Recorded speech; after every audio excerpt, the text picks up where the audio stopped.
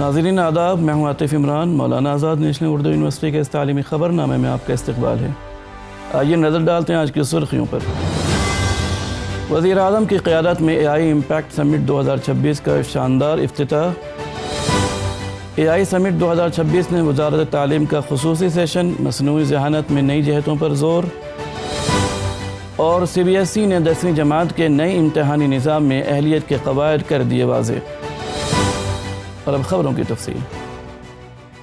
وزیر اعظم نریندر مودی نے بھارت منڈپم میں اے آئی امپیکٹ سمٹ 2026 کا افتتاح کیا، جس میں بھارت کے ذمہ دارانہ اور جامع مصنوعی ذہانت کے لیے عزم کو اجاگر کیا گیا۔ اس تاریخی عالمی پروگرام میں 20 سے زائد سربراہان مملکت، 60 وزراء اور 500 سے زائد عالمی اے آئی رہنما شریک ہوئے، جس میں پالیسی ساز، صنعت اور تحقیق کے ماہرین شامل تھے۔ سمٹ کا مرکزی موضوع سروجن ہتائے سروجن سکھائے تھا۔ وزیر اعظم نے زور دیا کہ ہندوستان مصنوعی ذہانت کے شعبے میں عالمی تعاون اور مؤثر حکمرانی کا ایک اہم مرکز بن رہا ہے، اور اس سے ملک کو وکست بھارت 2047 کے ویژن میں مدد ملے گی۔ سمٹ میں عالمی شراکت داری کے لیے وسیع میدان فراہم کیا جا رہا ہے، جس سے بھارت عالمی اے آئی معیشت میں اپنی جگہ مضبوط کر رہا ہے۔ وزیر تعلیم نے بھارت منڈپم میں ایک خصوصی سیشن کا انعقاد کیا، جس میں بھارت میں مصنوعی ذہانت کے تعلیمی استعمال کو نئی بلندیوں تک لے جانے پر غور کیا گیا۔ سیشن میں مرکزی وزیر تعلیم دھرمیندر پردھان اور وزیر مملکت جینت چودھری نے شرکت کی۔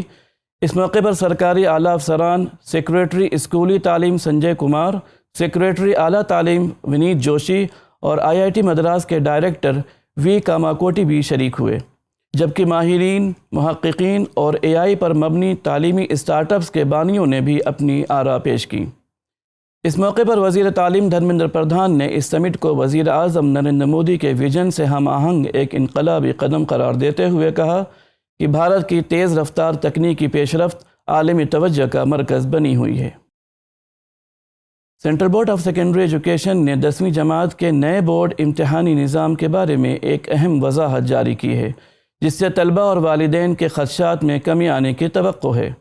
بورڈ کے مطابق پہلے امتحان میں شرکت تمام طلبہ کے لیے لازمی ہے، اور جو طالب علم 3 یا زیادہ مضامین میں غیر حاضر رہیں گے وہ دوسرے امتحان کے اہل نہیں ہوں گے، بلکہ انہیں اسینشیل ریپیٹ کے زمرے میں رکھا جائے گا۔ دوسرے امتحان کا مقصد مخصوص زمروں کے طلبہ کو سہولت دینا ہے، جن میں پہلے امتحان میں کامیابی کے بعد اپنے نمبروں میں بہتری چاہنے والے طلبہ شامل ہیں، جنہیں 3 مضامین میں امپرومنٹ کا موقع ملے گا۔ اس طرح کمپارٹمنٹ حاصل کرنے والے طلبہ دوسرے امتحان کے ذریعے متعلقہ مضمون کامیاب کر سکتے ہیں۔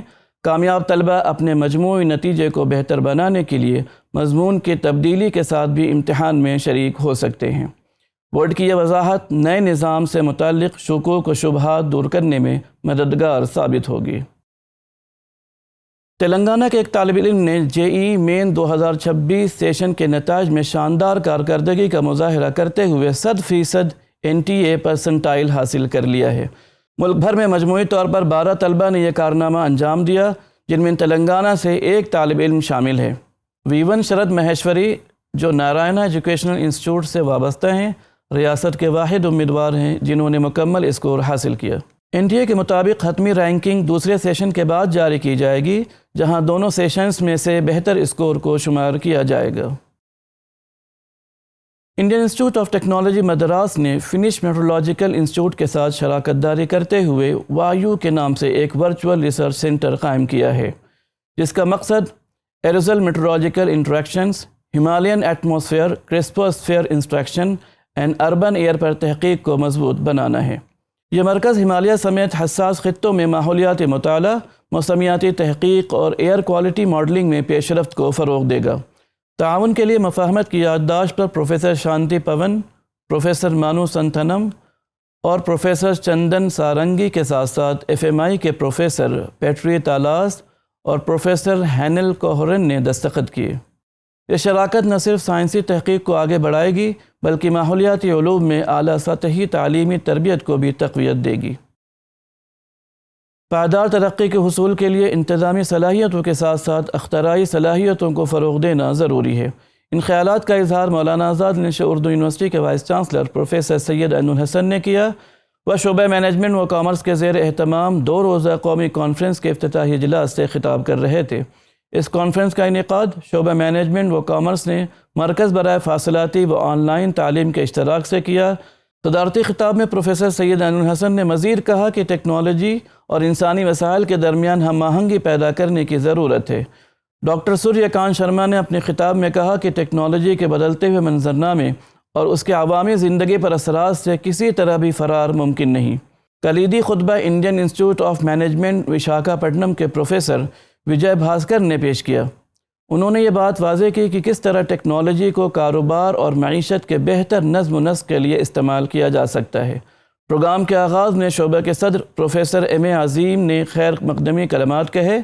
School of commerce and business management کے ڈین اور ڈائریکٹر CDOE پروفیسر رضا اللہ خان نے افتتاحی خطاب پیش کرتے ہوئے کانفرنس کے موضوع کی عصری اہمیت پر روشنی ڈالی۔ اسپیس ایکس کے ڈریگن خلائی جہاز نے ناسا کے کریو 12 مشن کے 4 خلابازوں کو ہفتے کے روز بحفاظت انٹرنیشنل اسپیس اسٹیشن تک پہنچا دیا۔ یہ جہاز فلوریڈا کے Cape Canaveral Space Force Station سے فیلکون 9 راکٹ کے ذریعے روانہ ہوا اور اگلے روز خودکار انداز میں ISS سے جا ملا۔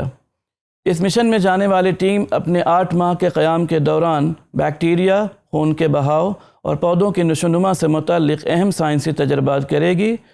ان تحقیقات کا مقصد آئندہ خلائی مشنوں کو بہتر بنانا اور زمین پر سائنسی ترقی میں مدد فراہم کرنا ہے۔ آئیے آخر میں پھر ایک بار نظر ڈالتے ہیں آج کی سرخیوں پر۔ وزیر اعظم کی قیادت میں AI امپیکٹ سمٹ 2026 کا شاندار افتتاح۔ AI سمٹ 2026 میں وزارت تعلیم کا خصوصی سیشن، مصنوعی ذہانت میں نئی جہتوں پر زور۔ اور CBSE نے 10ویں جماعت کے نئی امتحانی نظام میں اہلیت کے قواعد کر دیے واضح۔ آج کی خبروں میں فی الحال اتنا ہی۔ آئندہ بلیٹن میں آپ سے پھر ملاقات ہوگی، تب تک کے لیے دیجیے اجازت۔ آداب۔